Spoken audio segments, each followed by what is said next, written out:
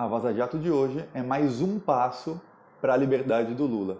E ainda de quebra, põe mais lenha na fogueira que está a disputa interna entre Moro e Bolsonaro no governo. Mas primeiro, se você é oposição ao Bolsonaro e quer o Lula livre, já se inscreve no canal se não for inscrito e curte esse vídeo, porque aqui a gente luta todos os dias por isso. Lula livre, o Brasil voltar ao caminho certo e fim desse governo fascista. Então, se não for inscrito, se inscreve e, se ainda não curtiu o vídeo, já curte.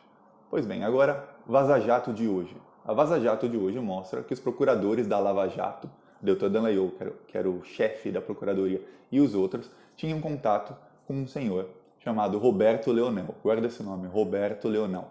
Pois bem, Roberto Leonel, ele era o chefe de inteligência da Receita Federal em Curitiba. E agora, ele é presidente do COAF, foi indicado pelo Sérgio Moro, e ele está para ser demitido pelo Bolsonaro faz muito tempo. Tem notícias do começo de agosto, em que o Paulo Guedes já falava que ele está para ser demitido. Então está um processo de fritura do Roberto Leonel no COAF, assim como um processo de fritura do Moro no Ministério da Justiça. Ele está em banho-maria, sendo frito pelo próprio Bolsonaro, que sabe que pode ser traído a qualquer momento. Eu falei disso no vídeo de ontem.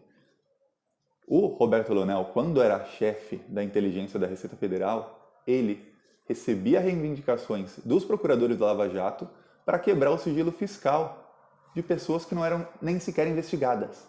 E até sigilo bancário.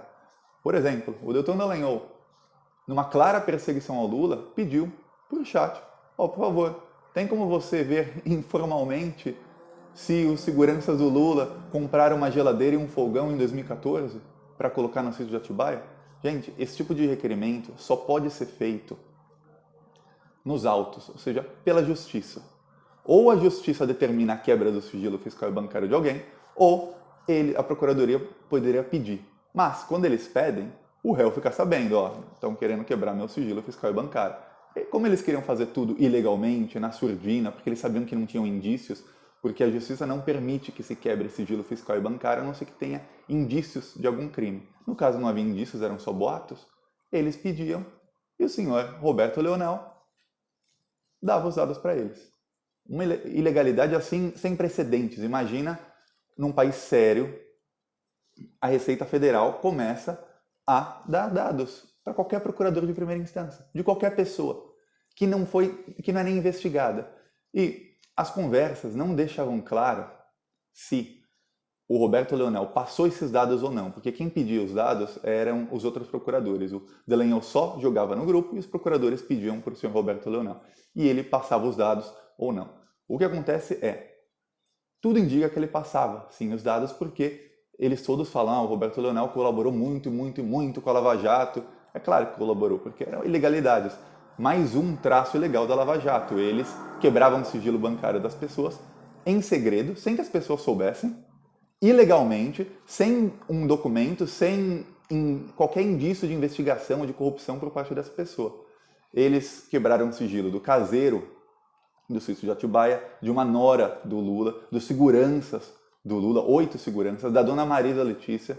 Então são várias irregularidades no processo do sítio de Atibaia.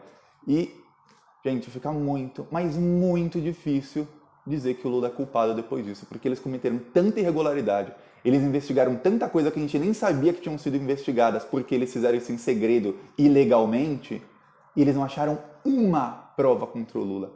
Nenhuma. Então é muito difícil dizer que o Lula não é inocente também nesse processo do sítio de Atibaia. Se alguém acha que o Lula ainda é culpado, olha, tá difícil.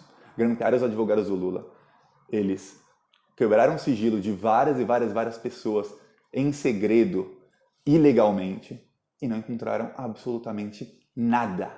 A juíza que deu a sentença teve que copiar e colar a sentença do caso do Triplex, e ela admitiu que copiou e colou a sentença. Então, era um jogo de cartas marcadas, e no futuro a Vaza Jato vai mostrar isso também. Então, o habeas corpus do Lula dizia que os procuradores eram suspeitos para atuar contra ele. O habeas corpus que o Lula entrou na semana passada, que é o habeas corpus que provavelmente vai soltá-lo, porque é muito bem feito, tem mais de 100 páginas, e diz: os procuradores agiram com motivações políticas e pessoais contra o Lula.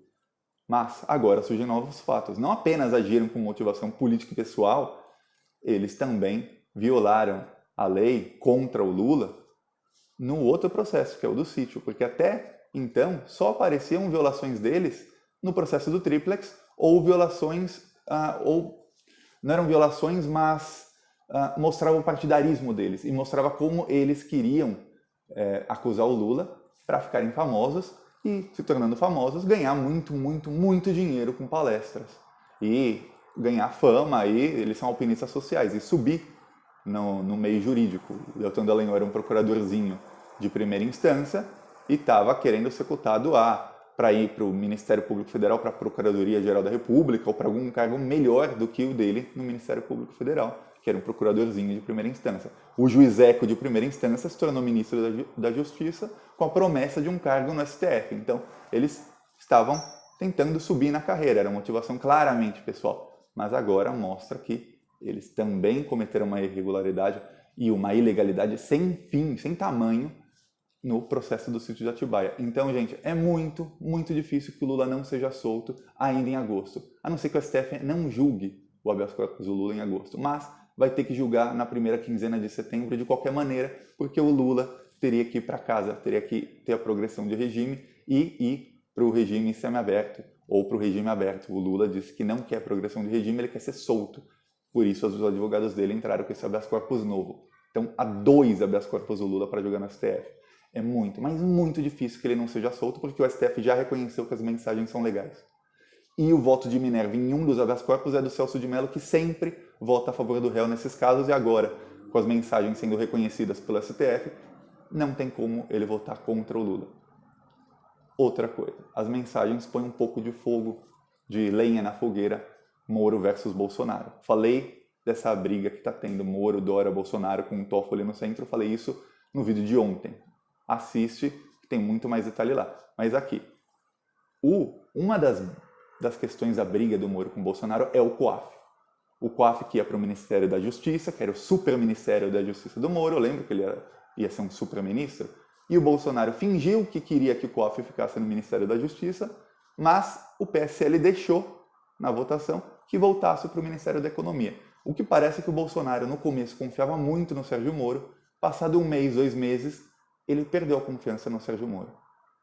O Sérgio Moro é o ministro da Justiça que foi mais humilhado na história. O Bolsonaro desautoriza o Moro, ele demite o superintendente da Polícia Federal sem consultar o Sérgio Moro e ainda diz que quem manda é ele, tem ministro, mas quem manda sou eu. A primeira vez na história que isso acontece, que um superintendente da Polícia Federal é demitido diretamente pelo presidente. Nunca aconteceu. Ele faz piada homofóbica com o Moro, dizendo que o Moro ia fazer troca-troca com o ministro. Ele sempre pega no pé do Moro em todas as lives. Você vê que o Bolsonaro finge que gosta dele, mas ele realmente não gosta mais do Sérgio Moro. E o Sérgio Moro só atura.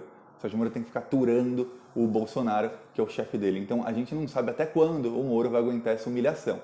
Porém, agora fica claro que o presidente do COAF, indicado pelo Sérgio Moro, cometeu crimes. É crime ele quebrar o sigilo fiscal de alguém, ou bancário, mostrar compras que alguém fez, sem ele ter uma autorização para isso, uma autorização da justiça. Então é crime. Então joga mais lenha na fogueira. O Bolsonaro tá com aquela bomba relógio na mão de ter que escolher o Procurador-Geral da República e agora outra bomba na mão do Bolsonaro. Ele faz o quê com o COAF? O Bolsonaro não sabe o que fazer. Se ele demite agora, pega muito mal para os apoiadores da Lava Jato, com o Sérgio Moro e com todos eles. Se ele não demite, ele tem um cara que ele não gosta, que ele acha que é um traidor no governo dele. Por que ele acha que é um traidor? Porque o COAF continuou enviando dados e investigando todo mundo durante o governo Bolsonaro. Talvez porque o Sérgio Moro queira investigar o Bolsonaro. Mas por que o Sérgio Moro quer investigar o Bolsonaro? Eu não acho que o Sérgio Moro quer prender o Bolsonaro. Mas lembram quando o Sérgio Moro começou a inventar que mais de 1000 pessoas foram hackeadas?